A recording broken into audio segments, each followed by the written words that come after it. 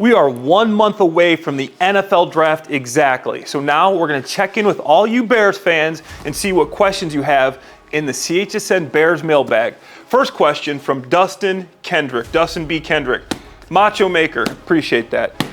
Do you think the Bears will trade up or down from pick 10? I think this is a very intriguing question, and I think there's more of a chance that the Bears trade up than down. Hear me out here. If you start to get a slide from Mason Graham or even Abdul Carter because of his foot, Ryan Poles is going to be aggressive. He could trade up. He's got 2 picks in the top 41 of the draft, 39 and 41. Make a push to go up and get Abdul Carter or Mason Graham. Mason Graham measured in low. He was 6'2", 296 pounds. Everybody thought he was going to be 320. He had small arms, 32-inch arms. Abdul Carter had the foot issue. If either of those 2 guys are in striking range, I think the Bears trade up instead of down to get the guys they want. You put Mason Graham on that Bears defensive line or Abdul Carter, aside from Montez Sweat, this is an elite defensive line group. Next, from Brandon M. Bender, with the free agent needs already addressed, what is now the Bears' biggest draft need?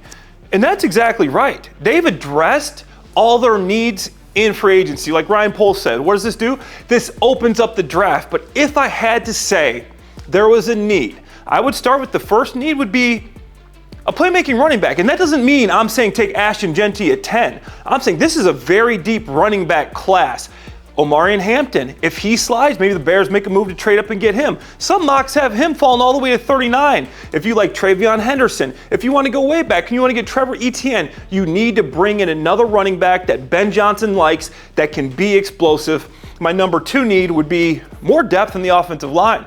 Braxton Jones, great. He's outplayed his 5th round pick, but he is not a stalwart left tackle. Maybe you bring one in the 2nd round. Maybe you bring one in the 3rd round. You bring in a developmental left tackle or even another guard because Joe Thuney is 32. Jonah Jackson does get hurt. Bring in more depth on that offensive line. And then you have to address safety. I like the Bears safeties. Jaquan Brisker, Kevin Byard, solid players. Jaquan Brisker played 5 games last year. Kevin Byard is 32 years old in the final year of his deal. The Bears need a safety. And finally, linebacker. You do have TJ Edwards. You do have Tremaine Edmonds.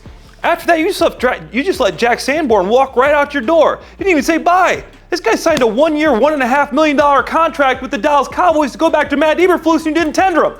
I'm sorry, I'm a Jack Sanborn fan, so I'm a little upset by that. But you need some more depth there just in case one of these guys get hurt, and you run a 4-3. You need somebody that can step in and play in base packages.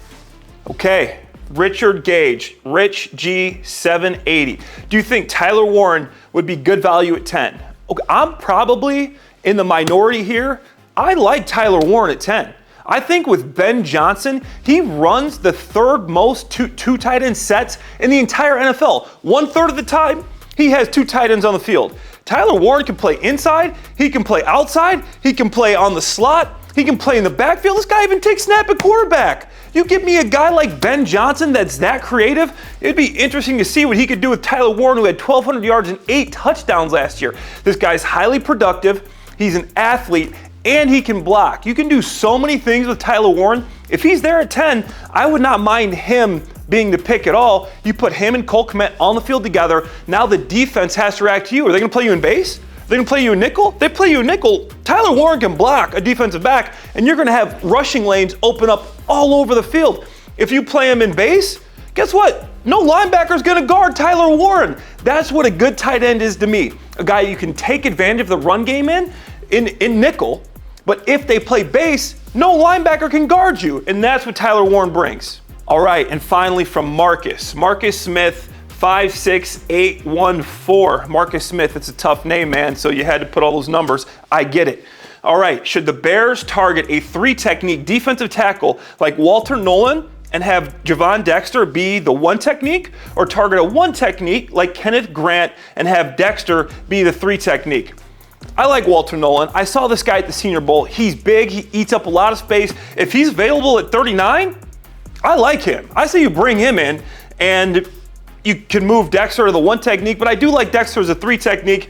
Kenneth Grant, I love Kenneth Grant as well. These are two guys that can make plays, but the thing I like about Dexter, even Walter Nolan watching him, these guys are versatile. You can move them all around the defensive line front. Dexter, I wouldn't be surprised with Dennis Allen's system if we see Dexter line up as a 5 sometimes, if we see him rush outside as a 6-7 technique sometimes. So, to answer your question, yes and no. I think you could put all of these guys are versatile and they would fit Dennis Allen's scheme to play all across that defensive line front to take advantage of any mismatches. And there you have it, our 1 month from the NFL Draft CHSN Bears Mailbag. Enjoy.